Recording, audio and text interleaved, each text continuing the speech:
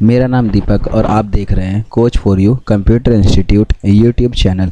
और आज की इस वीडियो में आप सीखने वाले हो टेबल्स के बारे में।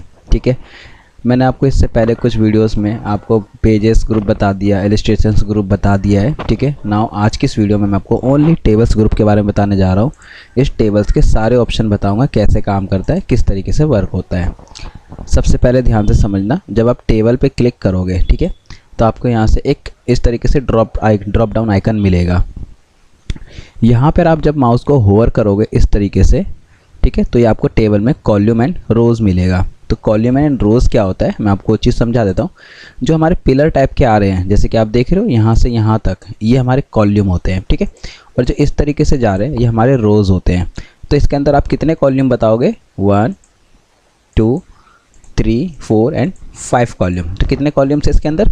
5 कॉलम्स है। और रोज़ 1 2 3 4 5 6 रोज़ है।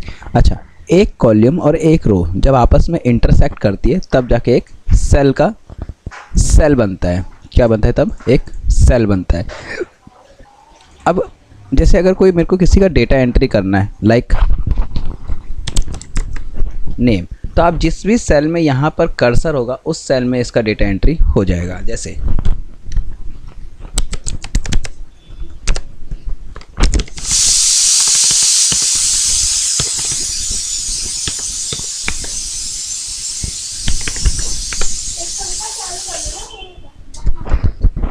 ठीक है, तो आपने देखा कि मैंने किस तरीके से इसके अंदर एंटर किया डेटा को। आप लोग भी इसको डेटा को एंटर कर सकते हो।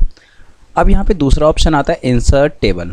ये क्या ऑप्शन होता है हमारा? मैं इसको डिलीट कर देता हूँ यहाँ से। तो यहाँ से कट किया मैंने, राइट क्लिक किया और यहाँ से कट कर दिया। यहाँ से गए इंसर्ट टेबल पे। अब इंसर्ट टेबल पे डायरेक्टली ये आपसे पूछ लेगा कि आपको कितने कॉलम चाहिए और कितने रो चाहिए। तो मैंने कह दिया यहाँ से मुझे यहाँ से 2 नहीं, मुझे यहाँ से 8 रोज चाहिए।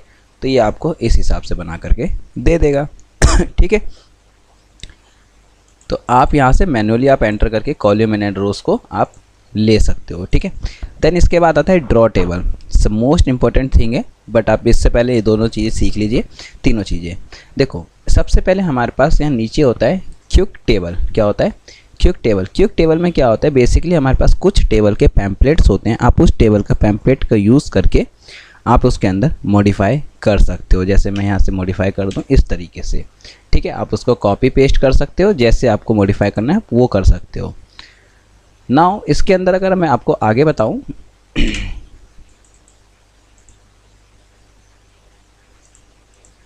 यहाँ एक ऑप्शन आता है एक्सेल स्प्रेडशीट। जब मैं इस पर क्लिक करता हूँ तो हमारे कंप्यूटर में एक एक्सेल जो है वो ओपन हो जाएगा। एक्सेल की शीट ओपन हो जाएगी। ठीक है, और इस एक्सेल की शीट के ऊपर जैसे मैं कोई डेटा एंटर करता हूँ,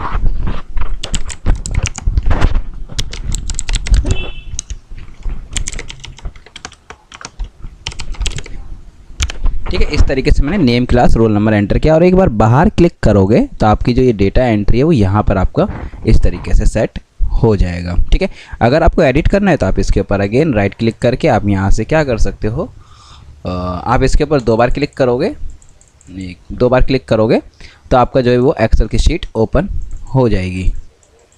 तो आप देखोगे ये हमारा ओपन हो चुका है। ठीक है, फिर इंसर्ट में जाते हैं हम। यहाँ से 1 सेकेंड में इसको हटा देता हूँ। तो इसको मैंने हटा दिया। यहाँ से गए, अब एक ऑप्शन आएगा कन्वर्ट टेक्स्ट टू टेबल। जैसे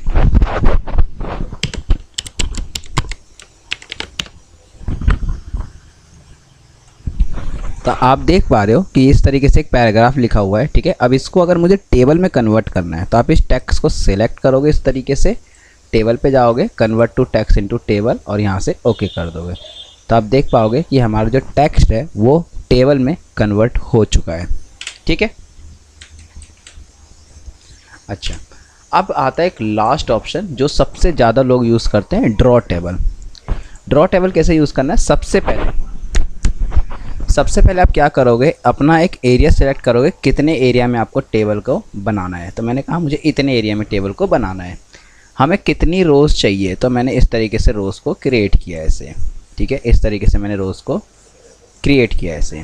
ठीक है, मुझे कितने कॉलम्स चाहिए, तो देखो इसके अंदर ये ज़रूरी नहीं है कि आपको पूरी लाइन लेनी पड़ेगी। मैं चाहता हूँ यहाँ से इतनी लाइन चाहिए तो आप इतनी ले सकते हो, इतनी चाहिए तो आप इतनी भी ले सकते हो ऐसे, ठीक है। अब मुझे लगा कि नहीं भैया मैंने जो ये किया गलत हो गया, थोड़ा सा गलत इन द सेंस कि मैं चाहता हूँ ये वाली लाइन जो है ना यहाँ से नहीं होनी चाहिए। अगर आपका पेंसिल टूल एक्टिव है तो ठीक है, नहीं तो आप लेआउट टैब में आओगे, एक ऑप्शन मिलेगा इरेजर पे क्लिक करोगे और यहाँ से आप इरेज कर दोगे ऐसे करके, ऐसे क्लिक करके इरेज कर दोगे इस तरीके से कुछ, ठीक है। अब जब ये ऐसा बना लोगे, अब इसके अंदर आपको कलर करना है, शेडिंग करना है, तो कैसे करोगे? देखो जिस भी सेल के अंदर ये कर्सर ब्लिंक कर रहा है तो उस पर आप डिज़ाइन पे जाओगे, यहाँ से तो एक ऑप्शन मिलेगा शेडिंग, आप यहाँ से शेड कर सकते हो इस तरीके से, ठीक है। अगर आपको इसका बॉर्डर का कलर चेंज करना है तो आप यहाँ से पेन कलर पे जाओगे, रेड कलर लिया मैंने। अगर आपको पेन का थोड़ा सा जो विड्थ है वो बढ़ानी है, आप यहाँ से इसके ऊपर अगेन एक बार खींच दोगे तो आप देखोगे कुछ ऐसा ही हमारा कुछ तैयार हो जाएगा इस तरीके से ऐसे। तो मैं आपको दिखाता हूँ, ये कुछ इस तरीके से तैयार होगा, ठीक है।